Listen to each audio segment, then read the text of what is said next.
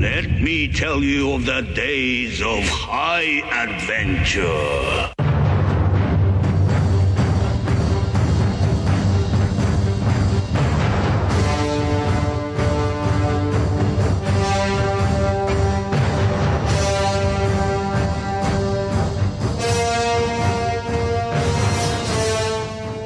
Hello, I'm Kevin. What's up, guys? I'm John. And this is 6 Degrees of Schwarzenegger, the podcast where we're taking a long, hard look at some of our favorite action movies from the era of Arnold. Schwarzenegger is the icon of the genre, and we're taking a deep dive into some of these 80s and 90s cult action movies and breaking them all the way down. That's right. We're going to get into the nitty-gritty and examine the good, the bad, the ugly, and the laughable in these movies. But we're always coming at it from a place of love. You don't watch these movies as much as we have unless you have a genuine affection for them.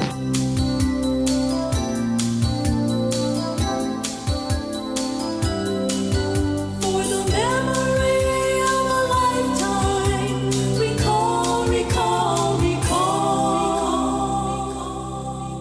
Dude, I got to tell you, it's kind of late at night. I'm a little stoked, though. We're wired. We're wired up. A little bit wired up. On beer and salsa. Yeah, we've got salt coursing through our veins. That taste of lime, that hint of lime tostito. I'm particularly stoked because we're doing an Arnold flick. It seems pretty appropriate. Yes, it's time. Yeah. This is Total Recall, people. 1990, I think. Yeah, I believe that's right. Paul Verhoeven film. Paul Verhoeven's follow-up to RoboCop. Hell yes. Yes. This and RoboCop, before it, make a nice little back-to-back like movies for Verhoeven. I think often about like directors that have had like just badass movies back-to-back, like action flicks. Yeah. There was McTiernan did Predator and Die Hard back-to-back. That's okay. James Cameron did The Terminator and Aliens back to back. That's also pretty okay. Yeah, this doesn't, I think, reach that level quite, but it's pretty fucking great. Well, I think that for a lot of people, even when I told them we were going to be doing this show, a lot of people were like, I kind of remember that movie not being that great. I'm like, you need to go back and watch it because it is great. It's also not that great, but it is great. Well, yeah, and what I'm saying is they're not wrong, but they're also right. There's so much to love about this movie, and there's just so much weird stuff happening. It's kind of borderline campy in the same way that the like RoboCop was. Yeah, Starship Troopers and RoboCop can feel a little campy at times, but that's still the Verhoeven magic. Yeah, I love it. It's like a mixture of like hardcore violence and humor. That's right, and also you definitely get this futuristic atmosphere. We're on a different planet. We've achieved the impossible. We've gotten to Mars, and I think Verhoeven creates an effective atmosphere he creates an effective atmosphere in that regard. So it's sort of like when you're watching Blade Runner, you definitely feel like it's in the future, and it feels real. It feels tangible. Well, speaking of Blade Runner, like a big thing that this movie has going for it is that the premise is based on a Philip K. Dick story. We can remember it for you wholesale. Philip K. Dick was like friggin' very prolific sci-fi writer, if you don't know, but he's almost like the Stephen King of sci-fi because it seems like everything he writes gets adapted. I feel like I've spent a lot of time in the like more science fiction fantasy realm, like Game of Thrones, Lord of the Rings. I've never read any Philip K. Dick. Yeah, I think that I've maybe read a couple of short stories, but I've never devoted time to a novel. And I know we're going to get some hate mail because of this, and that's fine. Listen, this is a movie podcast. We are going to do better, you guys. I'm going to learn to read.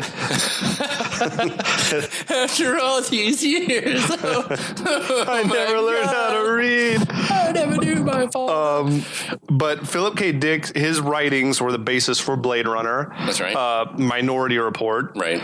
Awesome. A Scanner Darkly. The Adjustment Bureau. So stupid. They're so it's all trash. The Man in the High Castle. It's pretty good. I've watched all of these shows. Yeah. I've watched all these shows or movies. That animated Scanner Darkly is great. Yeah. By the way. This dude had like just an amazing imagination. Yeah. And what the future and so many of his premises. Yeah. Like have come to feel more real than I think he is definitely to me the heir of like Isaac Asimov and Ray Bradbury as far as his science fiction writing is concerned. Like absolutely. He is so good at creating based on what I've seen in this movie. Again, we don't read. creating an atmosphere. Blade Runner, incredible. Scanner Darkly, incredible. In this movie, incredible story. Even though this is not necessarily based verbatim on his story, the idea of it is there. This movie also is part of Schwarzenegger launching to being the biggest star in the world. Right. He had I guess just before this, he had done Predator, which had been huge. He had a couple of movies in the pipeline after that weren't great, though we may talk about them. I think he had Running Man come out after that. Ooh, and then I think it was maybe Red Heat with Jim Belushi. Not a great one. Not a great one. But after this, he went on a run he had Twins, Total Recall, Kindergarten Cop, and Terminator 2. And solidified himself as the guy. He was doing comedy. He was doing action. He was everything he touched turned to gold. That's right. On this stretch he was on. Touch. It's awesome. The story goes that Arnold was a big RoboCop fan, and he wanted to work with Verhoeven so badly that he sought him out in a restaurant or whatever and was like, "Hey, we should work together." Did he do I'm a working spinning on kick this above his head? He did not. He didn't need to, baby. Yeah, he sought out Verhoeven. He's like, "I'm a big fan, loved RoboCop. We should work together. I got this project I'm developing, Total Recall." And I guess the rest is history. I think Verhoeven was a big Arnold fan. Arnold was one of the original choices to play the RoboCop. That's what you said. I don't know that I read that, but I'm on board with that. It would have been weird for him to be Terminator and RoboCop. I think that, based on the other choices that he had of Lundgren and Michael Ironside, who we'll get to discussing in a little while, those were better choices. As RoboCop's an iconic character, and I can't imagine RoboCop with a foreign accent. That's a good call. Yeah, that wouldn't have worked for me. I just can't. It would have been so distracting. Even though all he does is deliver one-liners once he's in the suit. Yeah. Still. That's a great call. Still out of trouble. Boo. Yeah. What are some of the dead or alive? You're coming with me. Now, see, that sounds like Terminator. Everything would have said it would have been Terminator. It would have been a Terminator retread. And how much would that have derailed? It would have diminished Terminator for one. Well, and it would also, I think, sort of been can Arnold do anything? They would have pigeonholed Arnold, typecast him. So Verhoeven, you were thinking straight, my friend. So it's great for Arnold that he was seeking out ways to sort of expand his horizons, including comedy. Yep. But yeah, awesome stuff. The screenplay to this is really good. It was a Ronald Shusett screenplay written along with Dan O'Bannon. That duo was famous for having written Alien. And that's good. You could have retired after that and been fine, I feel like. Yeah. Alien was a masterpiece. I think they were developing this screenplay even back when they were working on Alien and still trying to... the story goes that there were dozens or scores of versions of the Total Recall screenplay.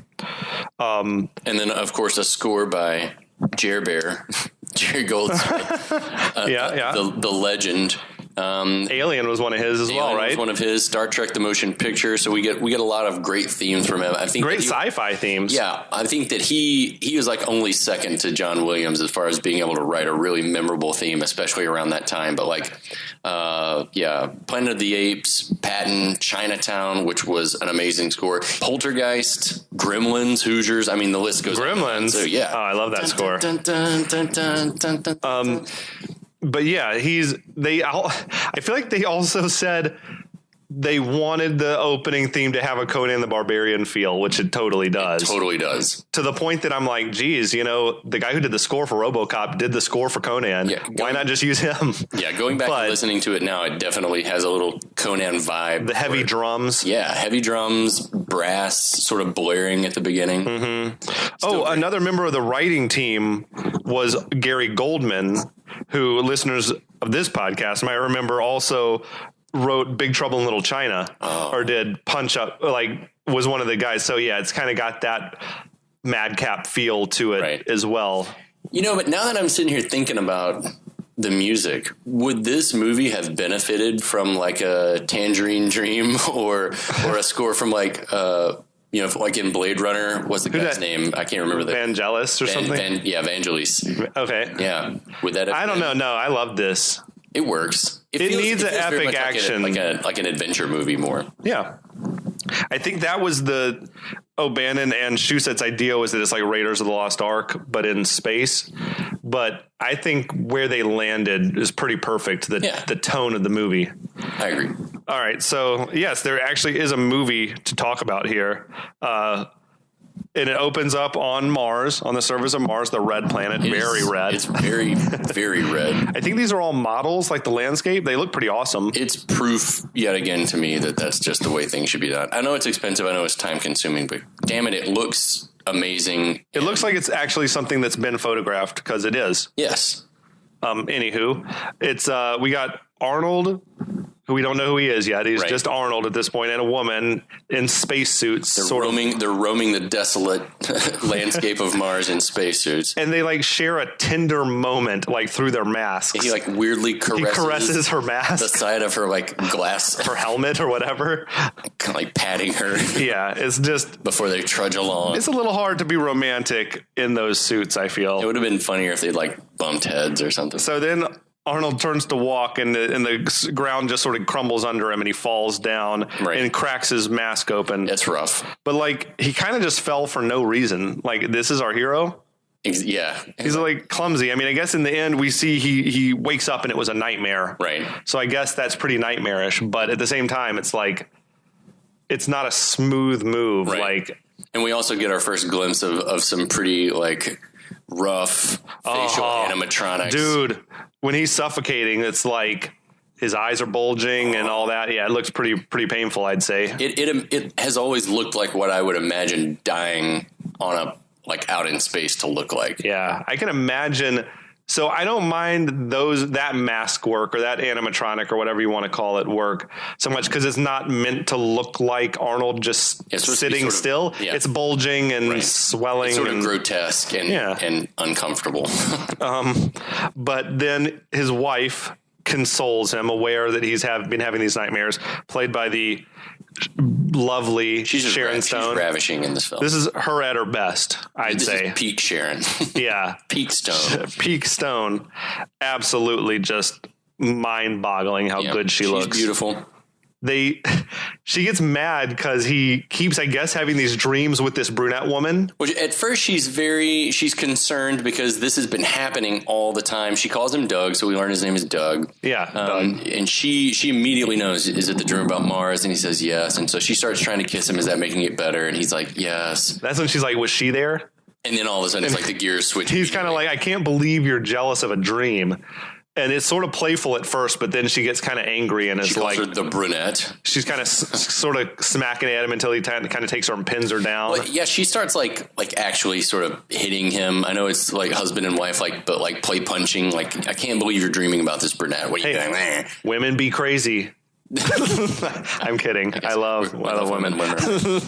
Women make the world go round. And men are both equally crazy. That's true. Sharon Stone might be a little crazy. This character is crazy. I think her in life, there's like just stories of her being sort of a terror.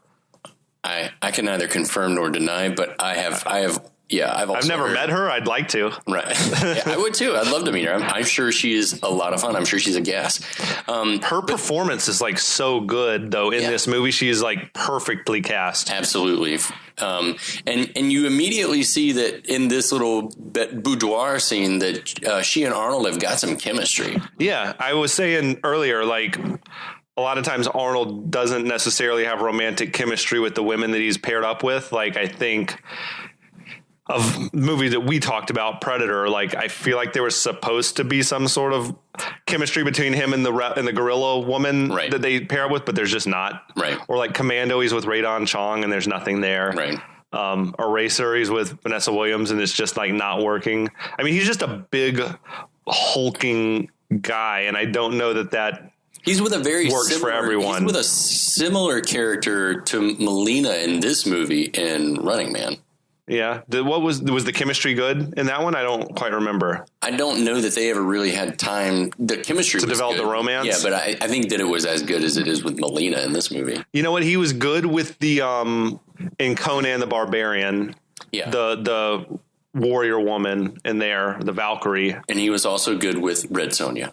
Yeah, I had not seen the movie ever. Maybe. Yeah, I just know it's legendarily bad. It might be one that we need to do because that's got a heroine in it. I might even have to axe out the fact that I haven't seen it. Yeah, from the podcast. I don't want the hatred. He had great chemistry with the Kelly Preston and Twins. That is true. Yeah, she had it going on as well. Tonight's your night, bro. Tonight's your night. It's your night, bro. It's your night, bro. Tonight is your night, bro. God, I love that movie. It's not an action movie. It still might deserve a little treatment on here. It should, absolutely. There's enough action that it counts. Arnold was getting some action. Yeah, well, hey now. So is Danny. Yeah. So it's the next morning over breakfast. Arnold's like locked in on the news from Mars. He's whipping up what? Pancakes? I don't know. I think it was some sort of future beverage. Yeah. And I don't think he ever finishes it. He's sipping on it. Yeah, is he drinking pancake batter? I hope so. I would. That seems like something Arnold would do. Yeah, right? high in protein, It's raw protein. eggs. But yeah, Sharon Stone comes in. She doesn't like him watching all the Mars news. Now, Oh wait, her name is Lori. yeah, we found out her name is Lori. And then, yeah, he is fixated on the news. This is where we find out there are two rival factions, the Northern and Southern Bloc, at war. And there's talk of a conflict with Quado, who's leading a terrorist movement on Mars to halt the production of, everyone ready, turbinium, which is used to make weaponry for like Earth weapons. It's a staple of these Verhoeven movies to have like newsreels, to deliver exposition. And they do it a lot in this one. I mean, I guess they do it in all of them, because even in RoboCop, there's several moments. Yeah. But what a great way to get your exposition through and make it seem believable. I mean, almost, let's be real, in movies in general, almost any time you see the news, they're watching the news, is because something, you're going to get some exposition from the news, right? But the way that he does it, he sets it up. So we hear about that, like there's a rebels or terrorists on Mars being led by some mysterious Quado. It's also, there's like straight up just a shootout happening like on the news, but it's like blood splatter everywhere. It's like crazy that like this is being broadcast now in this future, which is hysterical, because like the very next thing is Quaid saying, I'd really like to move to Mars. It's nuts. Don't you think it would be great? It's weird. Yeah. It goes straight from bloody murder and chaos on Mars to Quaid's like, we should do it. We should move there. She shoots down that idea right quick. Yeah. And her reasons are fucking solid. Yeah. Like, aside from that, it's like, you can't breathe on this surface. I'm not sure I understand his reasons for wanting to go. Right. Other than the dreams, I guess. Right. It's like some Inception shit. Exactly. It is true. Like, I've experienced it in my life. Like, once you get an idea in your head, it can be hard to shake it until you, for better or for worse. For better or for worse, you're like, once you get in your mind, you want to do a thing, then it's kind of like, it's just always that idea that you want to do. It's kind of always Time there. To strap dynamite to this thing and blow it up. So yeah, she desperately starts to try to change the subject. Yes. And like, not sneakily at all, Doug like sort of snags the remote and flips it back to the news, because I think she had like moved it to the Weather Channel or something, right? She was starting to try to like kiss and stuff, and he's like, yeah. So he flips it back on the news and is like, please, Sharon, I don't have time for the smoochy right now. I want to hear what's happening on Mars. Yeah. And the news person says that alien artifacts have been found, and then we are introduced to a personal favorite of yours and mine. And if you haven't listened to our RoboCop series, go back and check that out, because we talk a lot about Mr. Ronnie Cox. Ronnie Cox is fucking awesome. He's like undervalued character actor. He was Bogomil in the Beverly Hills Cops films. He was the main baddie in RoboCop and killed it. He's playing a very similar sort of corporate greed bad guy in this one as well. Whose name even Cohagen? I guess we don't know he's bad yet. So spoiler alert. He seems bad initially. He starts to try to spin immediately that this mysterious Quado and his band of mutants are dangerous. Yeah. And I think he literally says a bunch of lazy mutants think they own the planet. Right. They're a fly in the ointment, apparently. Yeah. So we're going to learn more about the mutants later, but basically his drive is that they've got to get this mineral turbinium out of the planet because it's useful for like the war effort back on Earth. They're the Northern Bloc is making weapons with this. It's the only way they can hope to defeat the Southern Bloc. But Kevin, there's oil. We have to drill. Yeah, we have to drill. We got to get that precious. It's for war fuel. But even all of this, Quaid immediately, his head is in the clouds. He's like, I feel like I was meant for something more. I want to be somebody. He really does, and it's kind of like that's a universal, I think, movie theme. That's a universal me theme. Yeah. Same, brother. It's just like I feel like I'm more special than the circumstance that Absolutely. I'm in. It's like the Switchfoot song. But I think that's something that every person can relate to. I think even if you're on top of the world, I think, but I could have more, whatever it is that you want. Right. Exactly. So that's a solid just motivation. Yeah. I think that's a universal. I want to be somebody. That's think about Bloodsport, same thing. I was meant to find the Kumite. I need this. Right. Yeah. And then she responds hysterically. You are somebody. You're the man I love. Which, hey, that'd be enough for me, I think. And he's like, nah, I mean something good. I mean something else, something worthwhile. And yeah, so he shuts her down again. It's like brutal. Poor Sharon. Yeah. Now he leaves, and then Sharon Stone has like that look on her face that could be read multiple ways depending on how you want to. Her performance in this is so good. Like she walks that knife's edge. It's a tightrope. Yeah. Of like looking back on the film, any one of those early scenes could be read as she just legitimately is like, dude, why do you want to go to Mars? It sucks there. Right. Or she's got an agenda to try to keep him off Mars. I think I remember the first time I saw this as an adult, not as a kid, because I think as a kid I was just like smitten with Sharon Stone. But as an adult, you're watching it thinking that look could say so many things, and that's why the performance is, and so many people use this word, and I shouldn't say it, but I'm going to say it, layered. But it's like, she looks like just a frustrated wife. She's over it. Or she looks like somebody that potentially is like, maybe she's got something to hide. She's got something on the side because she's so tired of Doug that she's got something else going on. This is a great part for an actor to play. Yeah. Because it's like you get to really like go into some, like you said, just it's a tightrope. Like it is. Any misstep could be disaster. Like you have to really nail every scene. Yeah, and you have to be able to switch on a dime to something completely different than what you were doing a second ago. So then we've got Quaid commuting through the futuristic transit system. The whole world looks like an airport in the future. Yeah. This was we'll get to it, but he goes through like this high security like X-ray machine, which is very cool. That was some of the first use apparently in film of like CGI, like genuine CG. Like I think they were trying to find a way to make it actually real, how else or something. But in the end, whatever they were trying wasn't working, and they're like, well, we'll just sort of draw the skeletons and animate them. Yeah, I guess. But they used a computer to do it. But it looks awesome. It looks great, and it's like. It looks legit. In the moment, it's cool, and it stands up, and it's like setting up, we'll have some fun with that later, right? Yeah, it's awesome, freaking awesome. So Quaid steps onto the train, and there's a Rekall commercial conveniently on the television there. Rekall. Yeah, Rekall is a company that sells you memory implants in lieu of taking actual vacations. Sounds legit. It's an intriguing sales pitch. It is. There is a wonderful book, and the author's name escapes me, but it's called The Art of Travel. Yeah. And the whole thing is based on the different reasons that people want to travel, and saying that, some people genuinely want adventure, but then some people want to get away from it all. But there's so much that goes into travel that by the time people actually do it, they hate it. They hate doing it. It's a pain in the ass. And that's sort of what this would be like no planning involved. Exactly. Like in reality, what is a vacation once it's over other than just the memories of the vacation? Exactly. So this is kind of like cheaper, it's better. Safer. Apparently that's the sales pitch.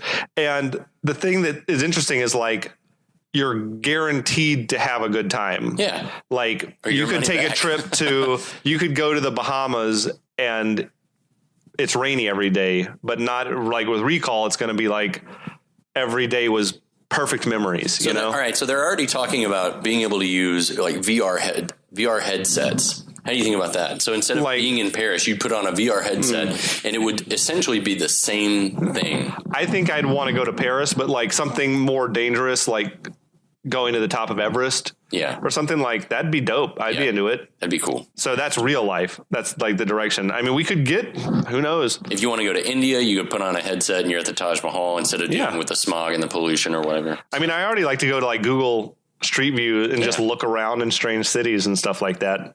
So yeah, it seems like Quaid, wherever he turns, can't get away from like Rekall, like mania, like this the thought. And in the commercial they pitch a trip to Mars, and that's what really gets his attention. Right. And he's like sort of thinking about it. It's like stuck in his brain like a broken record. Brain.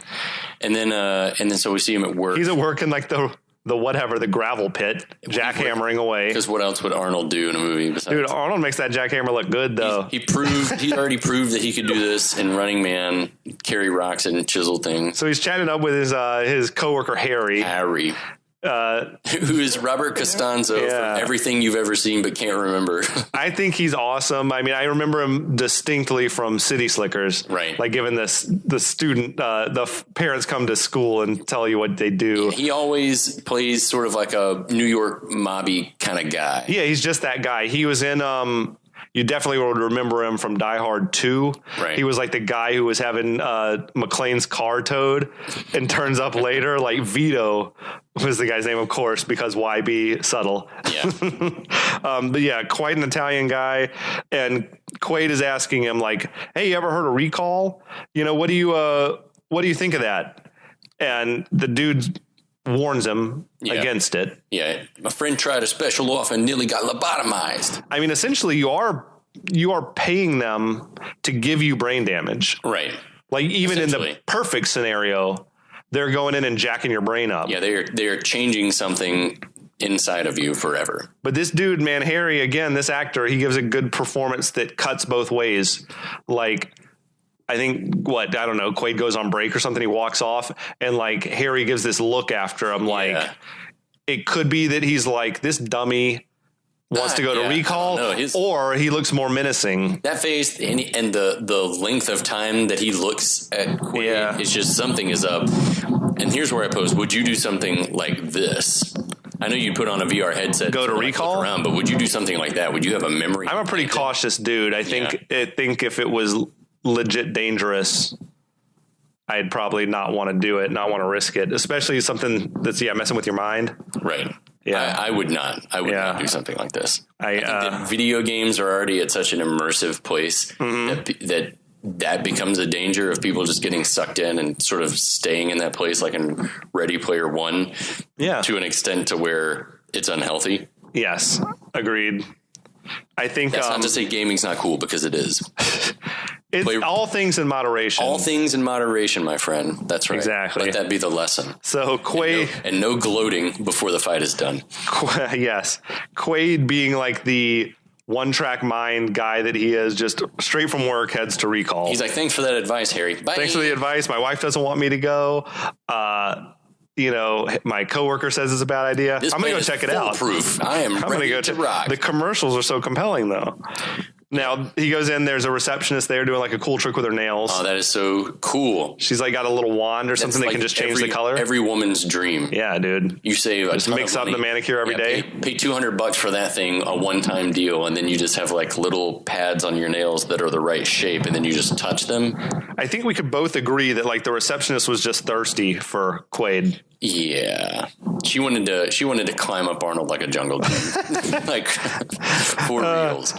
Now he goes back and he meets with the sales rep, who I think Quaid's like, I'm interested in a Mars trip, and he's like, well, if space travel is your deal, why don't you go on one of these other, I presume, like more expensive. That's trip. Exactly what I thought too. Yeah, he's like, take a Saturn cruise. Yeah, Doug's not interested. He's like, no, I want to go to Mars.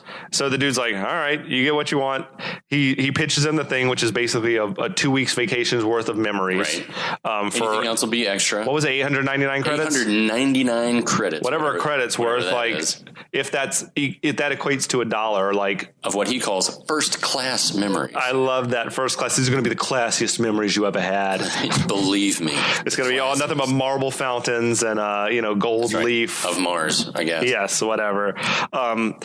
But I think it's, he says it's going to be as real as any memory you have in your head. The Quaid is concerned about some brain damage. Yeah, he asks about what about the guy who had to get a lobotomy, and the sales rep says, "Oh, it's that. Don't sweat it. That's totally safe now." He says that a real vacation is the pain. It's just as dangerous now. Lost luggage, lousy weather. Forget it. Oh my God! It's like, what? Yeah, you're selling me on it, buddy.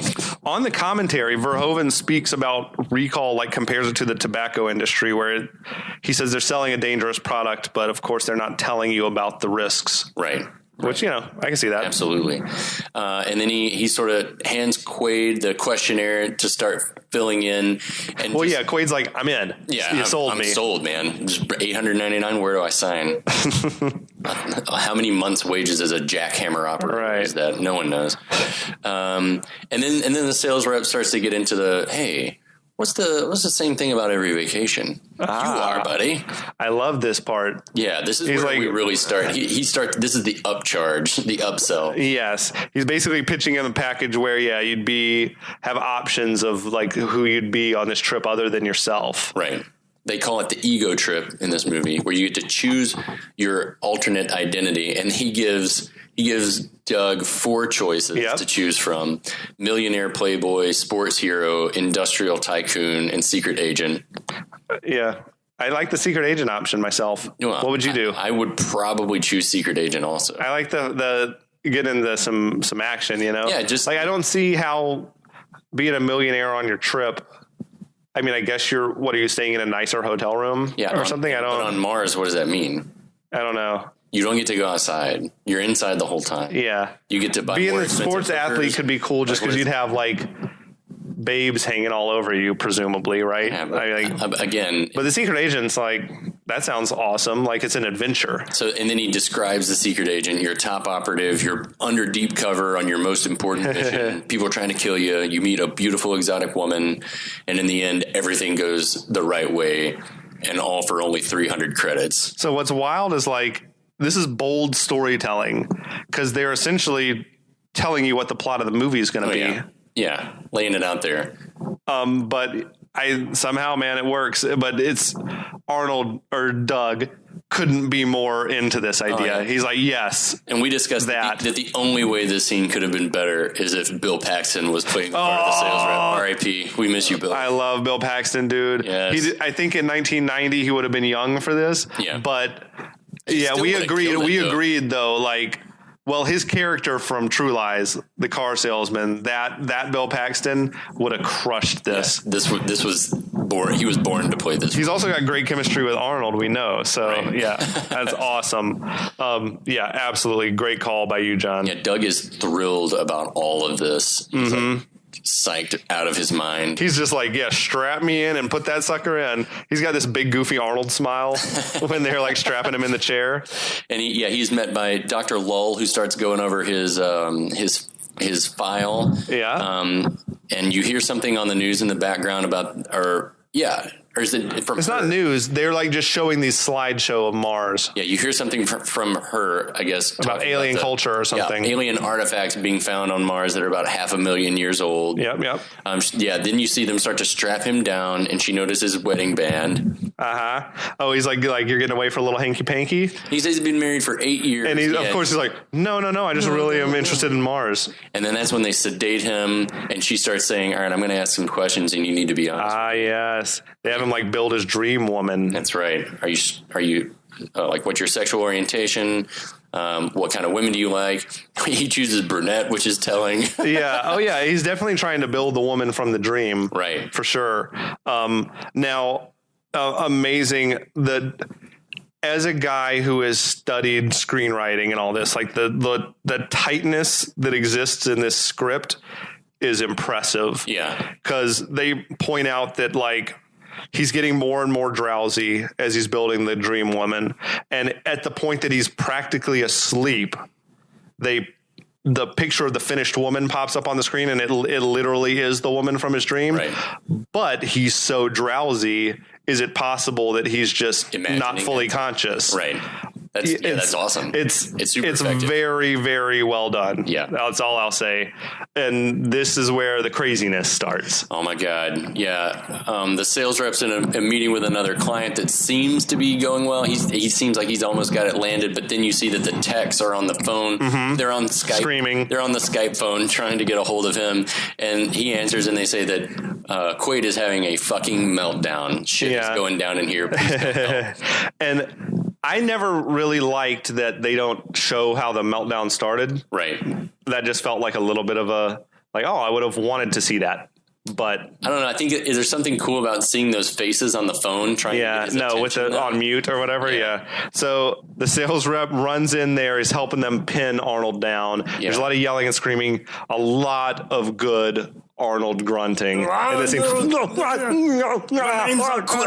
yeah. And they sedate him, what, like 5 times? They shoot him a dozen times probably with their little stun gun, injection, whatever, before it finally sort of knocks him out. But yeah, he's screaming all sorts of stuff about his cover's blown. His name's not Quaid. Right. That they're going to kill them all. Somebody's going to kill them all. Yeah, yeah. And then the tech is like, I have no idea what's going on. He was going on and on and on about Mars. And she says that apparently, clearly, Quaid has actually... She's like saying, no, he's really been there. He's got actual memories from and Mars. He and the sales rep, like, I don't understand the hierarchy at Rekall. I don't know. But he literally says to this woman who's presumably smarter than him, and I would think is making more money than him, he's like, use your head, you dumb bitch. And I'm just like, okay, I feel like she's fucking smarter than you, bro. Yeah. Like, I don't feel like the sales rep is not her boss. I think he's branch manager, and she's just like, she's just a techie or whatever. Yeah. I don't know, but I just found that I'm like, what's the structure here? Is he everyone's boss? I think so, because he's barking orders at them, and everyone's doing what he says. It's like if I don't know, if at a car dealership, you wouldn't have the sales dude going and chewing out the head mechanic. That's what I'm saying. I think he's the manager. Okay, I think he's everyone's boss, and he just happens to be their sales guy. It's like Michael Scott at The Office. He does it all, baby. Yeah. But yeah, she's saying, no, this is not part of the ego trip special or secret agent implant because we haven't implanted it yet. Oh, shit. And that's when he's like, okay. And she's like, yeah, we uncovered his real memories. Like someone had already wiped his memories. So they basically say, look, we need to cover this shit up now. You get the little her lackey is like, what are we talking about? They're like, this is the agency. And she puts a tremendous bitch slap on him. It's amazing. Yeah, she like lays him out with a slap. And then basically the dude in charge, I guess, the sales rep is like, look, erase his memory of coming here. Wipe his file. Put him in a cab and send him home. Refund his money. And we're going to erase we're gonna act like any trace he was ever here. We're going to wait for this all to blow over. and that, friends, is how this episode That's ends. A tight opening to a movie. Whew. Yeah, a lot happens. A lot happens right off the bat. This is a movie with a lot going on. Oh, man. Yeah, the intricacies of this plot, they sort of unravel more and more and more. It gets more and more complicated. The weirdness and the twist of the plot are only beginning, so please come back next time. There's so much more Total Recall to discuss. So much more Arnold grunting and screaming and all that. Bloody violence. Oh, it's gonna be freaking rad. We can't wait to share it with you guys. All right, guys. We'll be back. We'll see you next time.